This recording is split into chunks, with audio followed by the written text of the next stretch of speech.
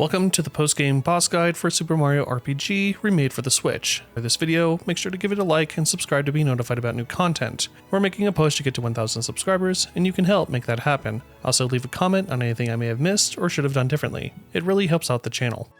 We've restored Star Road, and all wishes have come true. Well, not quite. Toad wakes us up and hands us a free night stay at the luxury suite at Marrymore. Always up for another nap, we immediately travel there and redeem our voucher to doze off again. Gino comes back and notes that a bright light is coming from Star Hill. We investigate and learn that more wishes have been made and we need to help fulfill them. These are the post-game boss fights that will each test your knowledge and skill in the game. They are challenging and not for everyone, but this guide will help walk you through each encounter. Each of the post-game bosses will provide a special item, including ultimate weapons for each party member, with the exception of Mario and Peach. Mario already has his ultimate weapon, the Lazy Shell from Rosetown, and Peach can collect her frying pan, the special Toad counter shop in Moleville. Each party member should be in the low to mid 20s for this. For reference, I started at level 21 and ended up at 24.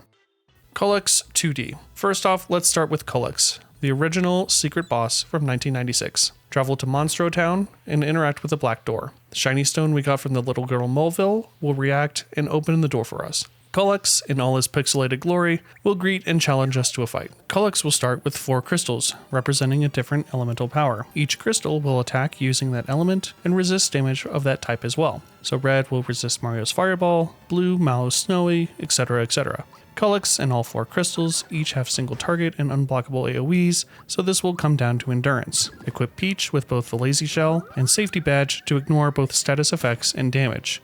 Use Mario and Bowser's substantial health pools while they focus down each crystal one at a time. They will be knocked out often, but Peach can bring them back. Don't use any items to boost stats. Culex will remove them with Shredder. The order to defeat the crystals is up to you. I prefer going left to right, as red and blue crystals are more focused on damage, whereas yellow and green are focused more on status effects. Also, the green crystal has high resistance to physical attacks, so while it has the lowest health, you need to use Mario's super jump to bring it down quickly. Using rock candy is a good way to get early damage on all crystals before focusing them down. You can also pre-charge a triple attack such as Starry Shell Spike for good chunk damage on everything. Once the crystals start going down, the fight becomes much more manageable. Culex does not do much himself. He has a single target attack, an AoE that will remove your party buffs with Shredder, but once he's alone, he becomes a pushover.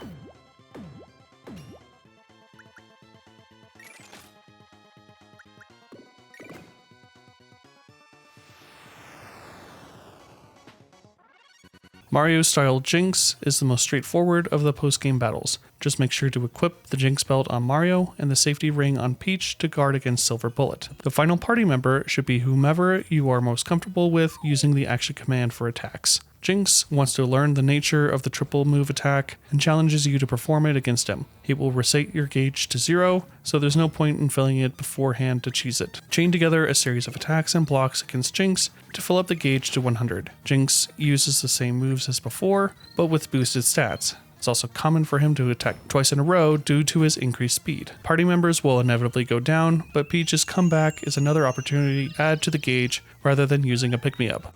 As you practice this fight, Jinx attacks will become much easier to deflect to fill the gauge. All party members do have to be conscious in order to use the triple move attack. Just remember you can switch out someone unconscious during their turn. Once you unleash any triple move, Jinx will end the fight and will be rewarded with the teamwork band, which increases the rate the gauge fills up. Scratchy Throat Belome? Anyway, this overgrown dinner roll has returned for a 3rd time, and something is lodged in his throat. Need to help get it out. He has significantly increased HP, and his clones now provide shields for him, so we cannot ignore them like before. Start by poisoning Belome with poison gas. This will eat away at his substantial health pool, even while we deal with the clones. However, it will deal less damage as the fight goes on. Belome will eat a party member at random and make a clone out of them. He can have up to 2 clones at a time, and while a clone is out, Belome will not take any damage from regular attacks, but he can be damaged from specials and being poisoned. We'll also attempt to put party members to sleep with Lullaby, Light Bubble, and Aurora Flash. Peach with the safety badge and Mallow with the wake up pin will trivialize this. Mario Clone has a decent attack and will use Jump on a target. Mallow Clone will use Bolt. Gino Clone will use Flamestone. Bowser Clone has a hard-hitting Spike Pin attack, and Peach Clone will use Recover on Belome. Mallow is key to this fight. Belome is weak to lightning again, and Thunderbolt does decent damage to the clones. Use Shocker once the clones are cleared out to really dish out damage on Belome. After he is defeated, Belome will cough up the Sage Stick, Mallow's ultimate weapon. Punchinello is a difficult challenge. He has crafted a perfect shield, minimizing any damage he might take except to his bombs. We need to redirect 15 of his bombs back towards him, but it's easier said than done. This encounter hinges on you learning the defensive timing and a bit of luck on how bombs are initially facing. Punchinello will summon 4 bombs. They will face him or the party. Use normal attacks on the ones facing the party to turn them around. AoE specials such as Thunderbolt and Ultra Fireball don't seem to work very well, if at all. Hopefully 1 to 2 are already facing him, because they will easily one-shot their target if not perfectly blocked. The timing to block is as the bomb jumps before the explosion. Punchinello also has some nasty attacks and AoEs to further complicate things. I found Mallow and Bowser to be the best party for this fight. Mallow can heal and use items, and his Sage Stick is enough to flip over Bomb on its own. Just don't bother hitting Punchinello. He requires 15 bombs exactly to go down, and we won't be hitting him for over 80 damage over the course of the fight. Once defeated, Punchinello will upgrade Bowser's Chain Chomp into the Wonder Chomp. Extra Fancy Bundt.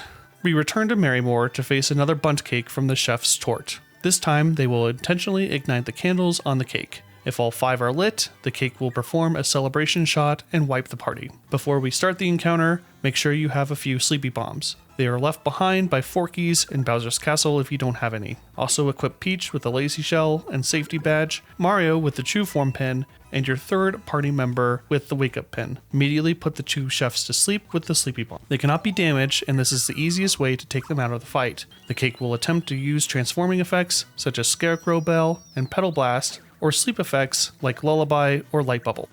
Use Peach to cure the status effects, use normal attacks from the others to blow out the candles. Peach can also use Sleepy Time on the chefs in case you run out of Sleepy Bombs. This isn't the hardest fight, but it does take some preparation. The Enduring Brooch, which allows the wearer to stay alive at 1 health once per battle, but I've never found much use for this. Jonathan Jones wants a rematch against Mario. I recommend equipping both Lazy Shells on Mario and the Jinx belt for defensive stats, and having Bowser and Geno in the active party member slots for passive bonuses. Johnny only has 2000 HP, and this fight boils down to how good you are at hitting your action commands. You are not allowed to use items, and Super Jump only deals 1 damage for each jump. Johnny has 4 attacks. His normal attack, which you can block just as the spear touches Mario. For Skewer, press A as the spear tip spins. Fire Saber, use the 3rd sound pulse to tell you when to block. Diamond Saw, block as they come back onto the screen from behind. And then eventually, Johnny will use Get Tough to prolong the fight a little bit. This isn't the most exciting encounter, but it's a good test for your defensive action commands. Defeating Johnny rewards you with the extra shiny stone, which will eventually unlock a new Culex fight. Engine 23 Booster. This fight is very tricky, but once you understand what's going on, it becomes significantly easier. Booster has fixed up his train and plans to show it off. We must break his concentration to keep that from happening, otherwise he will wipe the party. His 3 snifters will keep him focused on the task while dealing AoE damage to the party. We'll be using Geno and Mallow for this fight. Equip Geno with the feather and Mallow with the zoom shoes. Mario should be using the Jinx belt. Always attack Booster with Geno, since he is the fastest character. Use Mallow's Snowy to chunk the snifters, and Mario will be on item support duty, using Frog Leg and Coca-Colas to keep the party healthy. The first snifter will use moral support on Booster, slightly increasing his speed. Booster's progress on Engine 23 is calculated on the speed difference from when he is attacked, not the turn order, so giving Geno a speed upgrade will break his concentration faster and keep the train from ever running. The second and third snifters will use AoE and single target abilities. If one snifter goes down, the others will provide the moral support. It should only take 5 Snowies to knock out all the snifters, then focus down Booster before he has a chance to finish his train. Defeating Booster rewards you with Geno's ultimate weapon, Stella 23. Culex 3D. Here it is, the final boss of the game. Head into Monstro Town with the extra shiny stone that we got from Jonathan Jones. It will react to the same black door as before, But first, let's do some preparation. Equip defensive items onto everyone in the party. Peach especially should have the Lazy Shell and Safety Badge. Also stock up on syrups, pick-me-ups, and colas. The Juice Bar and Tadpole Pond sells them exclusively. Return to Dodovsky and provide him 2 new melodies. The first is from the Tadpole outside, stating that his favorite song from Moville is Mi Do So Do Re La Ti Do, or E C G C D A C E. This will reward you with the tenor card and access to Frogfin colas. Return to Dodovsky again for a 3rd time and provide a final new melody from the Star Slap in Monstro Town. A, B, C, D, G, C, D, E. This will complete his symphony and he will reward us with the soprano card, allowing the purchase of Coca-Colas at the Juice Bar. Stock up on as many colas as you can before facing Culex. I was level 24 before facing him, but he can still give you trouble all the way up to level 30. Culex has returned and discovered his way into the 3rd dimension. Being the final boss in the game, he does not disappoint. With new moves, 9,999 health, and those blasted crystals again. Culex will always start the fight with Meteor. Anyone at max health is damaged to 1, and anyone not at max health instantly dies. Be mindful of this because Culex will do this every 5 turns, and anyone not fully topped off becomes a liability. Learn to manage Meteor or you will go nowhere in this fight.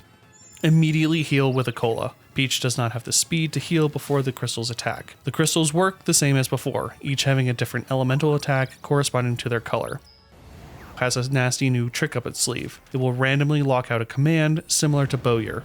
Can and will lock out an ability right before Meteor. This can become particularly devastating when Special is locked out and Peach is unable to heal. This is why we picked up the surplus of colas. Be sure everyone is topped off before the countdown hits 0. Use Group Hug when the counter is at 1, even if someone is down. Surviving through Meteor is the top priority. However, the Lazy Shell does cut into Peach's magic, so she will not be able to fully heal from low health. But keeping her up at all times makes the fight much more manageable.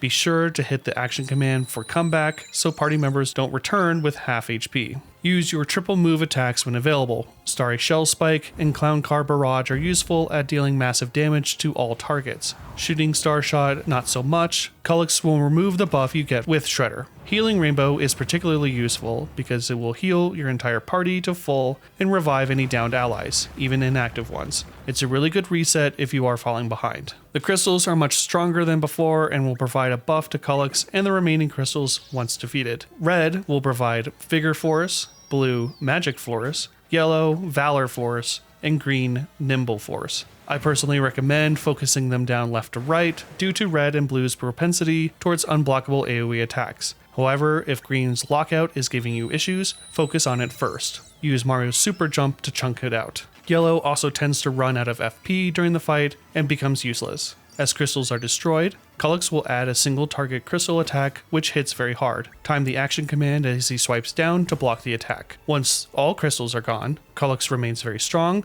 and likely has over 8,000 health left. He will switch out Meteor for Final Claw, an attack that deals 9,999 damage if not blocked. This is technically not a mortal blow, so Safety Ring and Jinx Belt will not protect against it. The timing to block is very strict, but it also has the same swipe animation as the crystal attack. This fight is a marathon in every sense. Culex will attack multiple times per turn, likely knocking out party members and draining your resources. Focus on hitting your action commands and you will take control of this fight. Eventually, many turns later, Culex will go down, and you'll have defeated Culex in his 3-dimensional splendor. He will reward you with a crystal shard as a token of your accomplishment. Congratulations on defeating an absolute monster that is Culex 3D. I really hope you enjoyed these guides. What started out as an innocent romp of nostalgia turned into a major project. If any of these were helpful to you, please be sure to give it a like and subscribe to help the channel get to 1,000 subscribers. Also leave a comment on what it took for you to beat these post-game bosses or any strategies I may have missed. It really does help the channel navigate the algorithm. My name's Oso, and thanks for watching.